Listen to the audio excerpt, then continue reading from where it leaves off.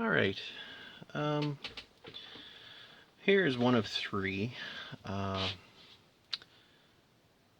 Proto 2000 models. This is the GP9, and there are two GP7s. These are old stock he's had for quite some time. I took them out and just did a non-invasive test. I threw them on a test track, ran them around, just to kind of get a gauge using an amp meter and my own senses to see how they performed. This is just my quick notes here. So this is the GP9 number 4460. So with this one, it was in stall, so something was seized. It was pulling 3.57 amps and it wasn't moving. The other ones had cracked gears, under no load. This GP7 was pulling 0.6 amps and at stall was 0.9, and it seemed to be an okay runner. The GP7, oh, and it had motor noise, and the other GP7 also had motor noise, cracked gears, not a good runner, but for some reason was only pulling 0.36 amps and at stall 0.75 amps. So this one may actually have a better motor than this one. So I'm going to do a more invasive look around, starting with the GP9 since it was seized, just to see if I can loosen it up, get it on the test track, maybe clear out some grease or stuff like that, or whatever's binding it up. See if I can get it to run, and if not, I'll pull the motor and see if what's up with that. Maybe there's something caught inside the motor casing or something causing this to stall. So yeah, this is where I'm at. So let's go here. So it's been assembled. You know, ideally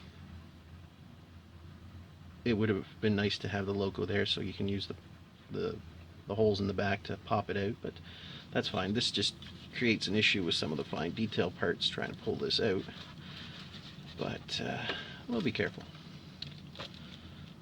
There we go.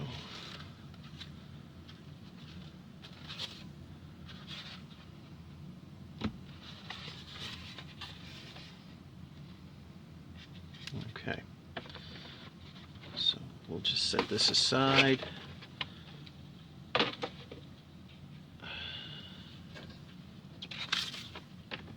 If you hear any background noise, unfortunately, someone is having a bath upstairs, and the water noise is there, and there's also a drain right next to my desk here. So, yeah, you may hear it. And there's the pump. All right.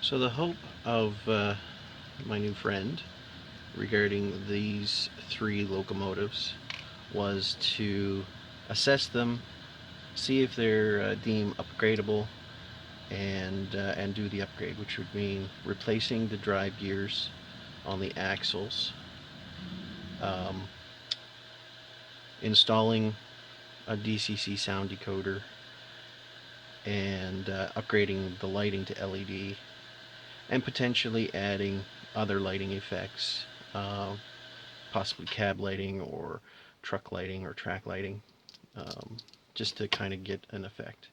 Now, if I can only get one to work, we will eventually turn two of them into dummies and maybe install some lighting and possibly some sound, just to make them look and sound the part, but not necessarily do anything.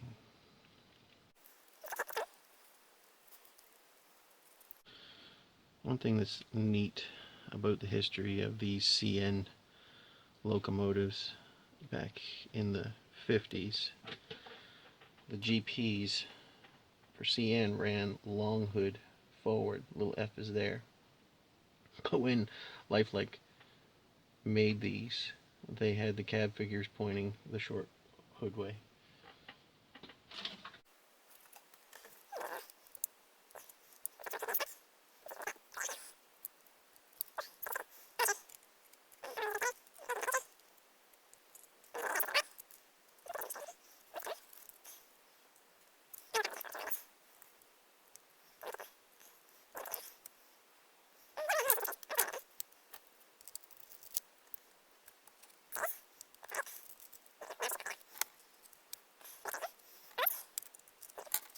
Ta-da!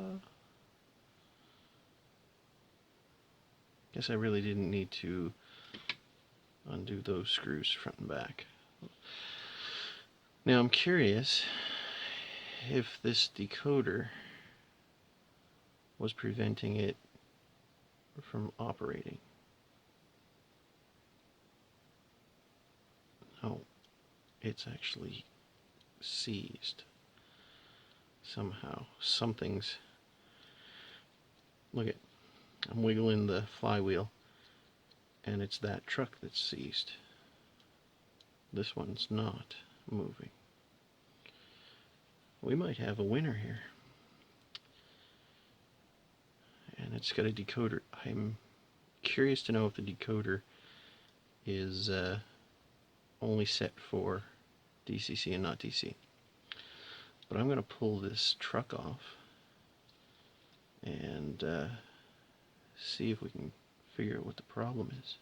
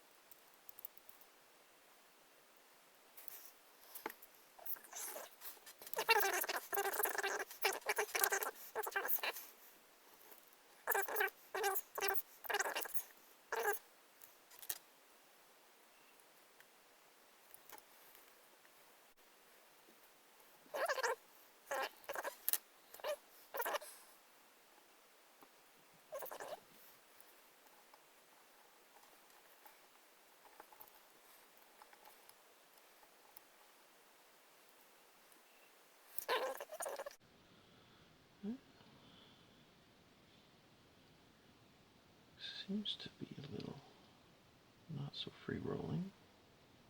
Oh, and that one's not. That's the problem. Look at that. Look at that. That's jammed right up there. That's not spinning at all. Culprit found. Now how do I break that loose?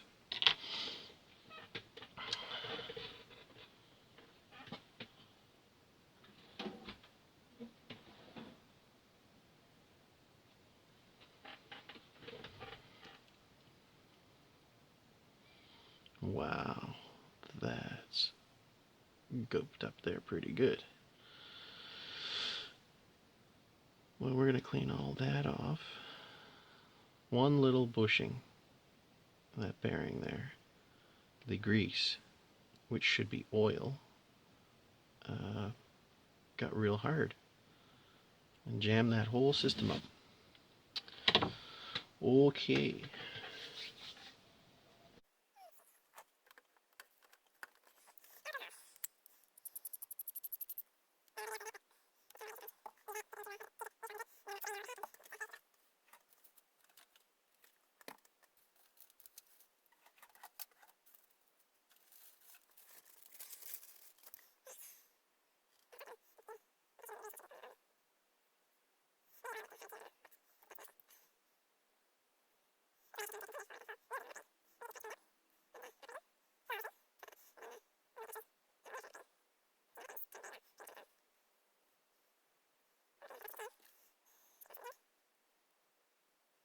Be really nice. I know the owner was really keen on, yes, I used the word keen, on getting these upgraded. These were his first three, you know, choices, and I don't blame him. The GP7 and the GP9 lifelike ones are nice locomotives. I have a couple myself. I wouldn't mind having a couple more. And I would like to upgrade the sound as well. I did install some decoders in them. They are a challenge, but you know, that's the spice of life, right?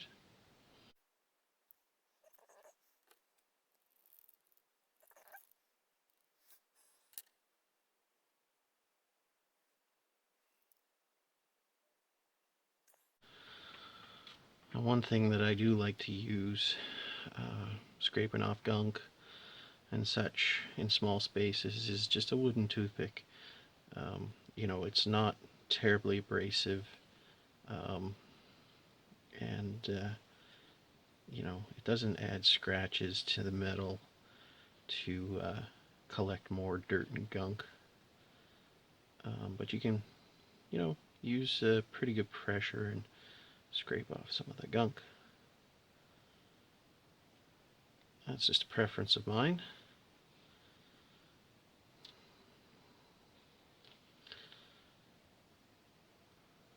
There, that's pretty good.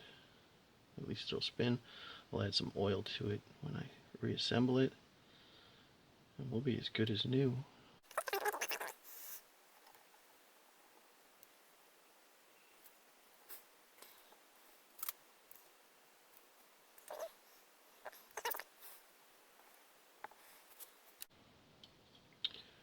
Tweezers, probably my most favorite tool to use.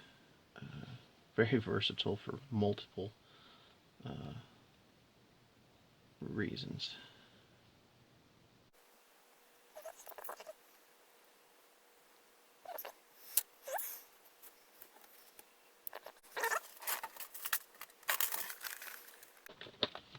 Now, normally servicing locos is what I do when I'm doing the upgrade, but unfortunately these ones didn't really make the grade, so I'm kind of doing it beforehand.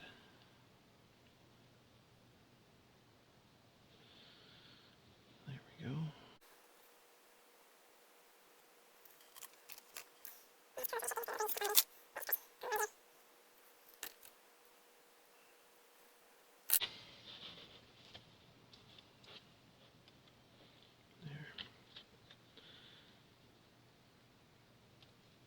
Now this is probably what gave it the problem the first time, whatever grease was used.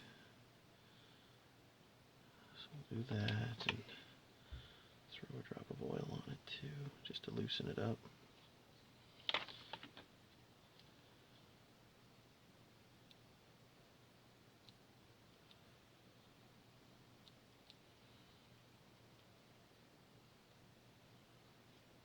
Spin that, it's going well. And we'll put the cover back on. Or hide the cover in there and lose it.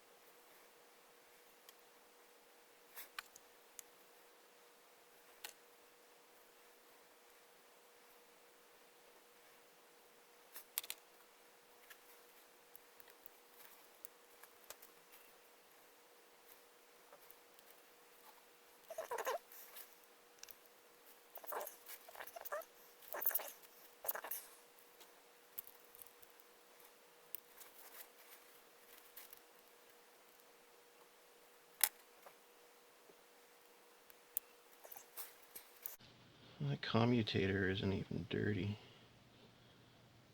Like, this should be pristine, flawless runner, with exception of the broken bearings, or the broken gears.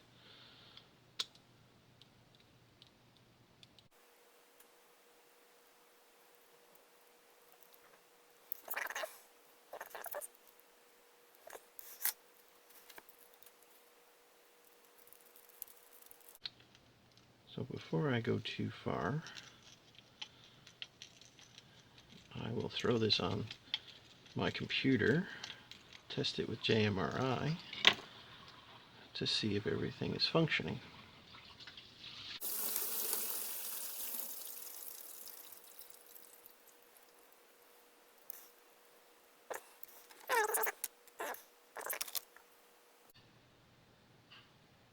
Alright, so I'm trying to get this all in one shot.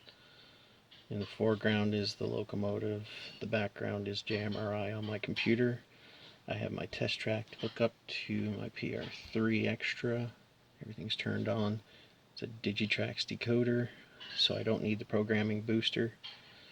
So let's just see if this picks up the decoder and the locomotive. I'm gonna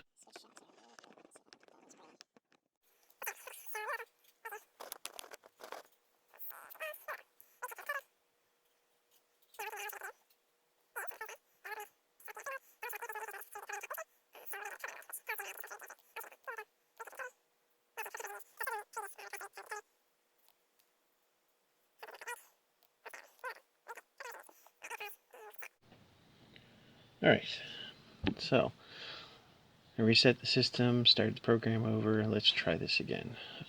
Loconet, PR3 mode, set programmer mode, close, new loco, read type from decoder.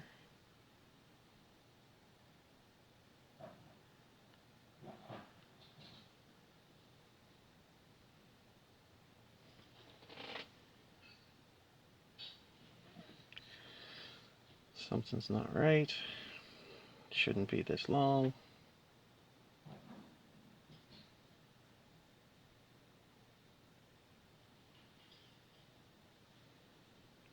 I should be reading CB7 by now.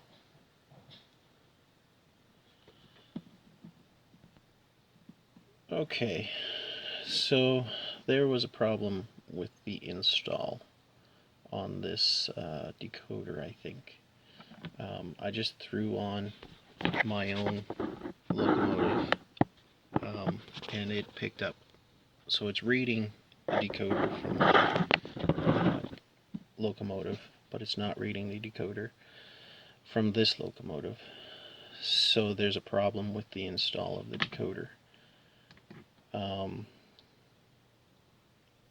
That being said, I think I'm going to pull the decoder, make it just regular DC, just as DC, and see if